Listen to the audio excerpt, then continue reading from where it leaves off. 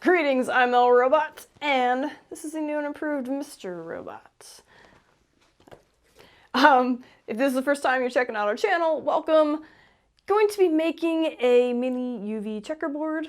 No real inspiration or anything fancy for this, just gonna be some scrap wood and some resin. Just kind of felt like making a checkerboard. Alright, this is the mold I'm going to use to make the checkerboard squares. I use this for pixel art, so it'll work pretty well. I'm going to do an 8x8 here because I need to make 64 squares, 32 black and 32 red. Each one of these little squares holds 3 milliliters of liquid, so I'm going to have to mix up about 7 ounces of resin. I don't really have a good red pigment that isn't fantastical and glittery, so I'm just going to use my UV resin tint for the red and then my black alcohol ink for the black pieces. Woo. And 1 and 7. Okay. 1 and 7. So I haven't been doing as much resin casting, and you can tell by the color of this, you would not want to do a clear cast with this. Get a couple of nice drops in there. Don't make a liar out of me, I said you'd be red. Give us a nice deep black color. There we go, perfect. So I want to do the black first, and like I said, we're just doing 32 and 32, so I'm just going to try and be real careful and fill them up to the top.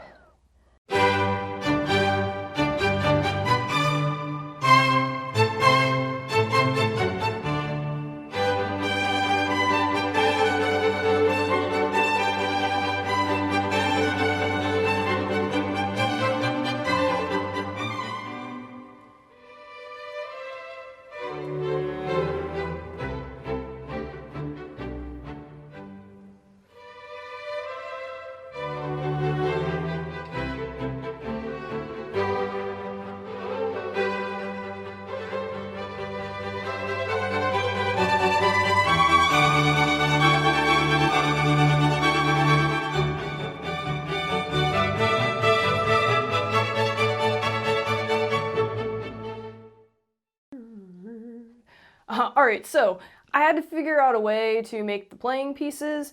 I don't really have a mold that would fit already because they're so small. So I saw these silicone straws in the store and thought they are pretty perfect. They're the right size, and since they are silicone, they're not going to stick to the resin. So what I'm going to do is cut this up into equal pieces and then hot glue it to a sheet of plastic. And it's going to basically be a mold. And it should work great.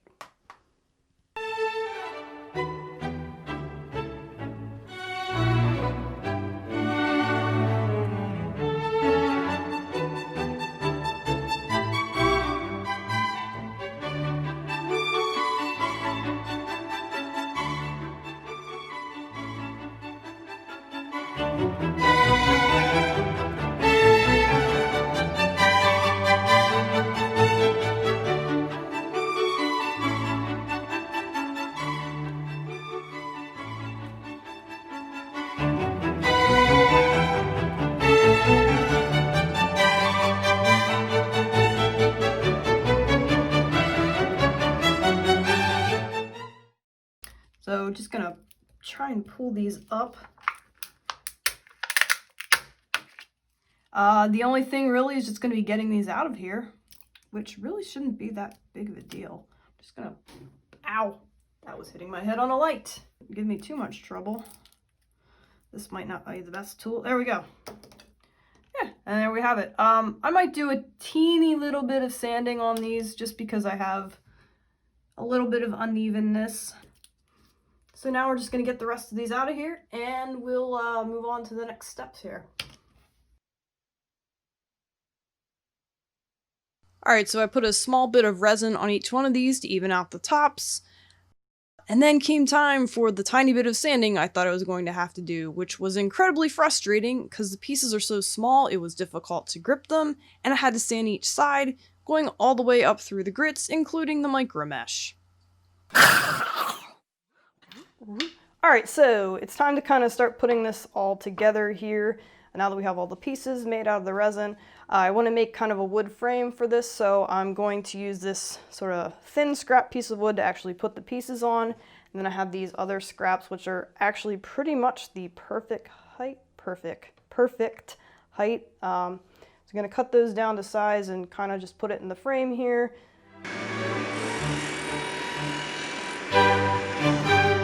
So, this was frame attempt number 1. As you can see, the 8th piece does not fit in there. Basically what happened is this was a thin piece of wood to begin with on the bottom, and it was already kind of warped. And I think when I clamped it, when the wood glue was drying, it just kind of further constricted it, so the measurements were kind of no longer valid. So I did a second attempt here. I built this one a little differently than the other one. I have these higher, because basically now this is going to act as a mold for the pieces here. I noticed that these were all different heights, and instead of trying to sand 64 individual pieces and make them the same and drive myself absolutely crazy, I'm just going to glue them down and then put a layer of resin over it. This actually fits in my pressure pot, which is awesome, so I'm not going to have to worry about any bubbles at all. The only thing I'm just going to have to do is make sure that this is all sealed off so no resin can get out of there in the pressure pot, and just glue these down, and yeah. I mixed up some bonding resin, and then I had to place the pieces pretty quickly, making sure they were lined up before the bonding resin starts to set, because it has about a 15-minute working time, and then it gets kind of gummy. So looking back, I wish I had sort of more evenly placed the resin, because some of the pieces when they were pushed down made some air pockets, and you can clearly see that underneath the pink translucent pieces. Alright, so this is looking pretty awesome. Got all the pieces attached in there with the bonding resin. I put bonding resin on the sides and the bottom to kind of act as a seal when I put this clear coat on here, but just in case, whoop, I have foil tape on the bottom and along the sides where all the joints attached. So I'm hoping with all these measures in place that no resin's going to escape this and destroy my pressure pot. We are going to mix up some liquid diamonds resin. Normally, I would not mix and match resins. In fact, I don't know if I've ever mixed and matched resins. Usually I just use, the same one for consistency's sake. But since my total boat is going bad and I want a clear coat on top of this, I'm going to use some liquid diamonds resin here. It should work fine since we're technically casting these already cured pieces into this liquid diamonds resin. I think it should be good. Anyway.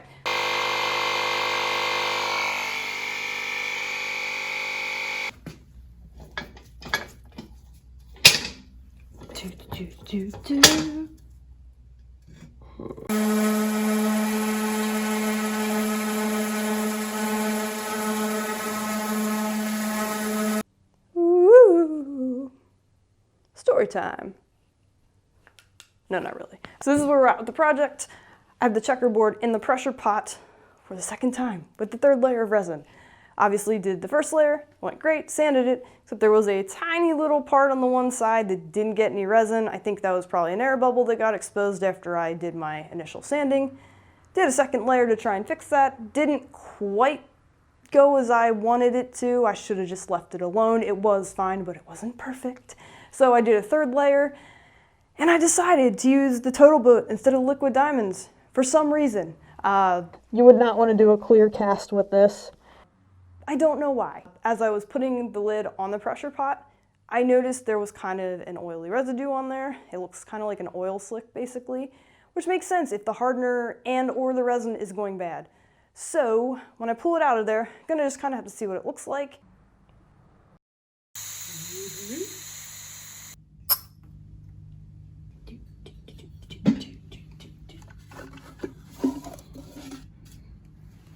Let's take a look at this.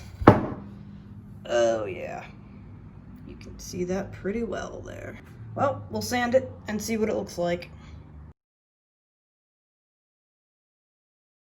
Alright, so the checkerboard here is done. I sanded that layer of Total Boat off of there, had just enough art resin to give it a final coat, so it's looking nice and neat on the top there. Finished the sides off with linseed oil, and I didn't have a piece of dark green felt, so I just had this sparkly blue, so put that on the bottom to kind of give it a nice final touch here. So now, for the big reveal.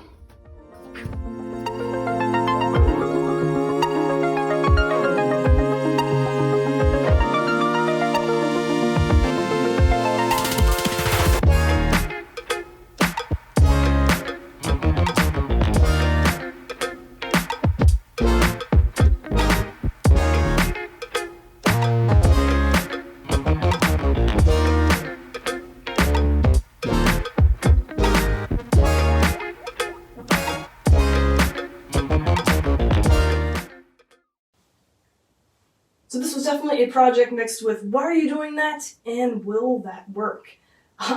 Resin's kind of always a learning experience. Luckily, you're usually able to sand away your mistakes, or at least come up with a creative solution to get around your errors, which I kind of did a lot of with this project. The things I really like about this are the frame. The second one is so much better than the first one would have been. The wood is so much nicer. It cleaned up beautifully. I think having the extra layers on here and that sort of floating effect is really cool with the pieces sitting on there versus how they would have just been sitting on the actual checkerboard resin blocks that we did initially. The felt's a nice little touch on the bottom here. The things I would improve on this, it's kind of a longer list. I think I would definitely make sure that bonding resin was spread more evenly so the pieces didn't have those bubbles in there because they bother me, but you know, that was something I just couldn't go back and fix. I wouldn't have put so many layers on here and sanded so much. So the playing pieces, which I should have just called them checkers the whole time, but I would have saved myself a lot of time if I had just bought a mold, spent $11 or $12. But I kind of got to do a sort of creative idea with the silicone straws, and you know, they're not perfect circles. They're all kind of lopsided, and they have pock marks in the side from where the bubbles were sticking to the silicone straws that I just left there. It was already kind of a huge ordeal with all the sanding. So they were all unique. They're all their own. Alright, that's going to do it for the mini UV resin checkerboard. Thanks for checking out our channel and watching our video here. Any likes or subscriptions are always greatly appreciated by myself and Mr.Robot. Stay safe, stay creative. We will see you next time. I'm not going to throw this. I will drop it and cry forever. That hurt.